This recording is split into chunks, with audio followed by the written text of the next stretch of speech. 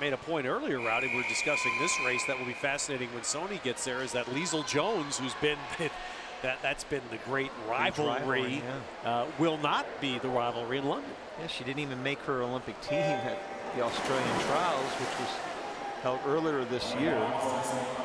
Speaking of trials, you know, this is a very late trial. A lot of people have asked me, why do we have our Olympic trials so late? Held, what, a month before the Olympic Games? U.S. trials June 25th to July 2nd, and the Olympic Games start July 28th.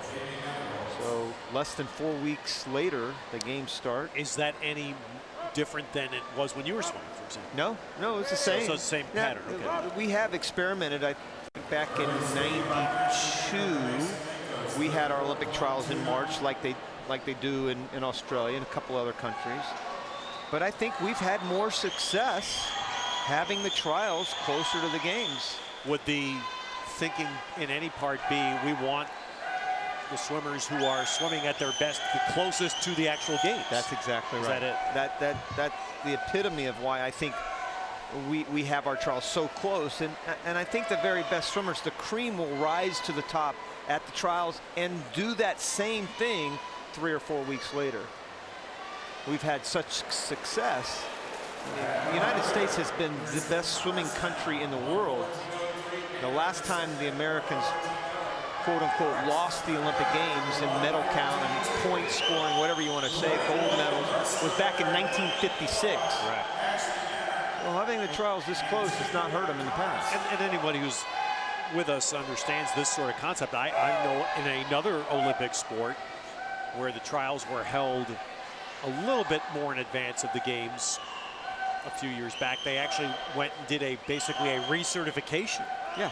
Whoever qualified out of the trials, they had to go back and basically pass another test to show that they were still performing at a proficient level before the games. Well, that's the scary thing about having the trials in March, because a lot of things can happen in 6 months.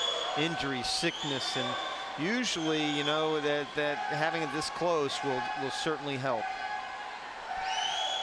All right, coming home in the women's 200 breast B final, it's Ashley Danner. And Ashley Danner is going to hold off the field here, a 21-year-old from George Mason University. She was 5th in the 200 breast in the NCAAs, and Ashley Danner wins it at 2:32.12.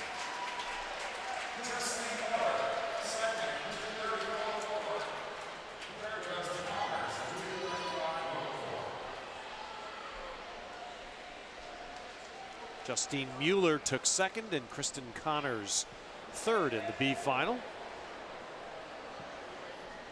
That was the fans and swimmers. There are a lot of young swimmers in the Aquatic Center in Charlotte.